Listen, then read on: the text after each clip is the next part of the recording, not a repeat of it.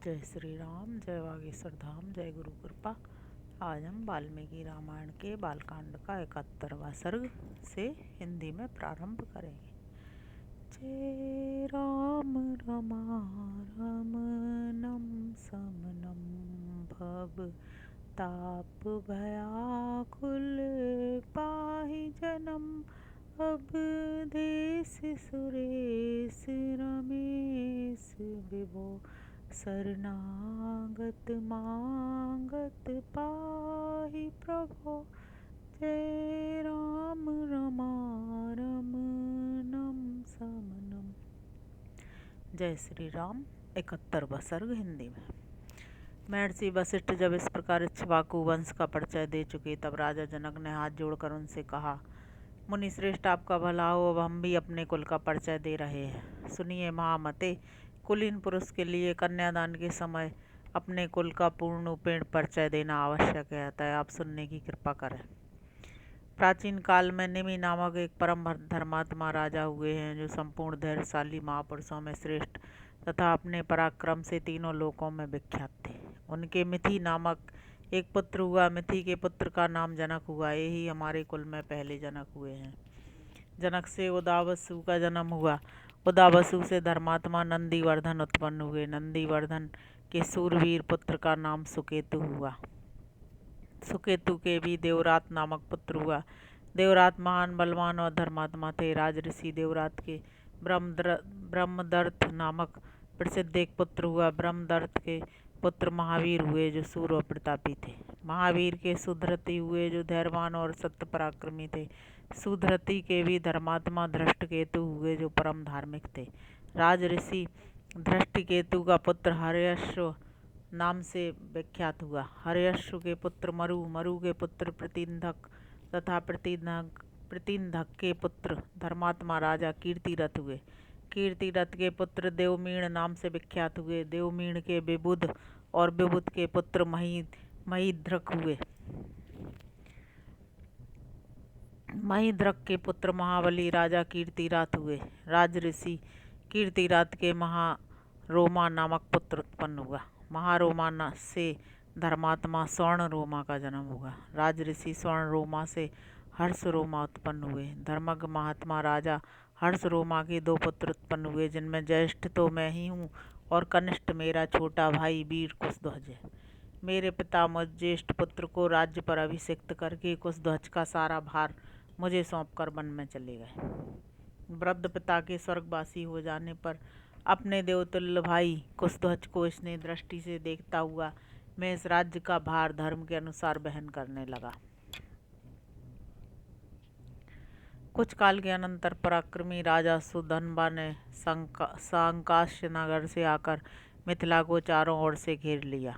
उसने मेरे पास दूत भेजकर कहलाया कि तुम शिव जी के परम उत्तम धनुष तथा अपनी कमल नयनी कन्या सीता को मेरे हवाले कर दो। महर्षि, मैंने उसकी मांग पूरी नहीं की, इसलिए मेरे साथ उसका युद्ध हुआ।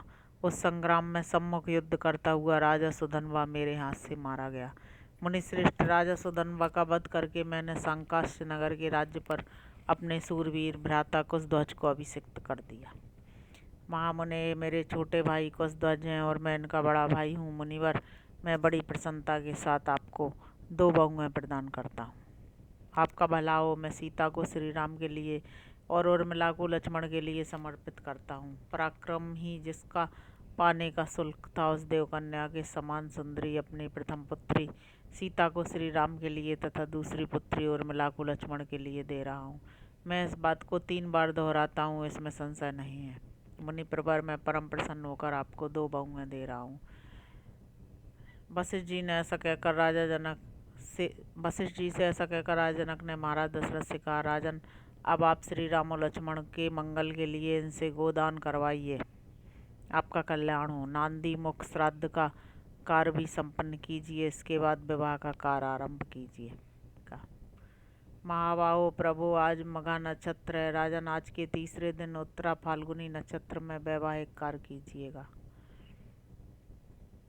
आज श्री राम और लक्ष्मण के अभ्युदय के लिए दान कराना चाहिए, क्योंकि वह भविष्य में सुख देने वाला होता है।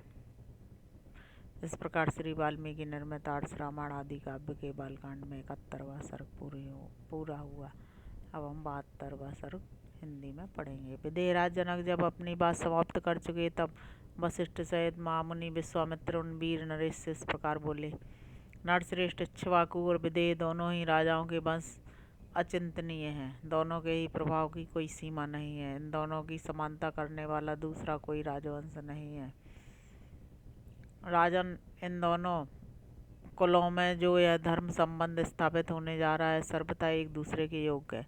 रूप वैभव की दृष्टि से भी समान योग्यता का है, क्योंकि उर्मिला सह सीता श्री राम और लक्ष्मण के अनुरूप है। नरश्रेष्ठ, इसके बाद मुझे भी कुछ कहना है, आप मेरी बात सुनिए। राजन, आपके छोटे भाई जो ये धर्मज्ञ राजा कुशध्वज बैठे हैं, इन धर्मात्मा नरेश के भी 2 कन्याएं हैं जो इस भूमंडल में अनुपम सुंदरी हैं। नरश्रेष्ठ भूपाल, मैं आपकी उन दोनों कन्याओं का कुमार भरत और बुद्धिमान शत्रुघ्न, इन दोनों महामनस्वी राजकुमारों के लिए इनकी धर्मपत्नी बनाने के उद्देश्य से वरण करता हूँ। राजा दशरथ के सभी पुत्र रूप और यौवन से सुशोभित, लोकपालों के समान तेजस्वी तथा देवताओं के तुल्य पराक्रमी है। राजेंद्र, इन दोनों भाइयों को भी कन्यादान करके आप इस समस्त इक्ष्वाकु कुल को अपने संबंध से बांध लीजिए। आप पुण्यकर्मा पुरुष हैं, आपके चित्त में व्यग्रता नहीं आनी चाहिए। वशिष्ठ जी की सम्मति के अनुसार विश्वामित्र जी का यह वचन सुनकर उस समय राजा जनक ने हाथ जोड़कर उन दोनों मुनिवरों से कहा, मुनि पुंगवों, मैं अपने इस कुल को धन्य मानता हूँ जिसे आप दोनों इक्ष्वाकु वंश के योग्य समझकर इसके साथ संबंध जोड़ने के लिए स्वयं आज्ञा दे रहे हैं। आपका कल्याण हो। आप जैसा कहते हो ऐसा ही हो। ये सदा साथ रहने वाले दोनों भाई भरत और शत्रुघ्न कुशध्वज की इन दोनों कन्याओं को अपनी अपनी धर्मपत्नी के रूप में ग्रहण करें। महामुनि, चारों महाबली राजकुमार एक ही दिन हमारी चारों राजकुमारियों का पाणी ग्रहण करें। ब्राह्मण, अगले 2 दिन फाल्गुनी नामक नक्षत्रों से युक्त है। इनमें पहले दिन तो पूर्वा फाल्गुनी और दूसरे दिन उत्तरा फाल्गुनी नामक नक्षत्र हुआ, जिसके देवता प्रजापति, भग तथा अर्यमा हैं। मनुष्य पुरुष उस नक्षत्र में वैवाहिक कार्य करना बहुत उत्तम बताते हैं। इस प्रकार सौम्य वचन कहकर राजा जनक उठकर खड़े हो गए और दोनों मुनिवरों से हाथ जोड़कर बोले, आप लोगों ने कन्याओं का विवाह निश्चित करके मेरे लिए महान धर्म का संपादन कर दिया। मैं आप दोनों का शिष्य हूँ। मुनिवरों, इन श्रेष्ठ आसनों पर आप दोनों विराजमान हो। आपके लिए जैसी राजा दशरथ की अयोध्या है, वैसी ही यह मेरी मिथिलापुरी भी है। आपका इस पर पूरा अधिकार है, इसमें संदेह नहीं। अतः आप हमें यथायोग आज्ञा प्रदान करते रहें। विदेहराज जनक के ऐसा कहने पर रघुकुल का आनंद बढ़ाने वाले राजा दशरथ ने प्रसन्न होकर उन मिथिला नरेश को इस प्रकार उत्तर दिया। मिथिलेश्वर, आप दोनों भाइयों के गुण असंख्य हैं। आप लोगों ने ऋषियों तथा राज समूहों का भली भांति सत्कार किया है। आपका कल्याण हो। आप मंगल के भागी हों। अब हम अपने विश्राम स्थान को जाएंगे। वहाँ जाकर मैं विधि पूर्वक नांदी मुख श्राद्ध का कार्य संपन्न करूँगा। यह बात भी राजा दशरथ ने कही। तदंतर मिथिला नरेश की अनुमति ले महायशस्वी राजा दशरथ मुनि श्रेष्ठ विश्वामित्र और वशिष्ठ को आगे करके तुरंत अपने आवास स्थान पर चले गए। डेरे पर जाकर राजा दशरथ ने विधि पूर्वक आभ्युदिक श्राद्ध संपन्न किया। तत्पश्चात प्रातःकाल उठकर राजा ने तत्कालोचित उत्तम गोदान कर्म किया। राजा दशरथ ने अपने एक एक पुत्र के मंगल के लिए धर्मानुसार 1-1 लाख गौएं ब्राह्मणों को दान की। उन सबके सींग सोने से मढ़े हुए थे। उन सबके साथ बछड़े और कांसे के दुग्ध पात्र थे। इस प्रकार पुत्र वत्सल रघुकुल नंदन पुलुसुरमणि राजा दशरथ ने 4 लाख गौओं का दान किया तथा और भी बहुत सा धन पुत्रों के लिए गोदान के उद्देश्य से ब्राह्मणों को दिया।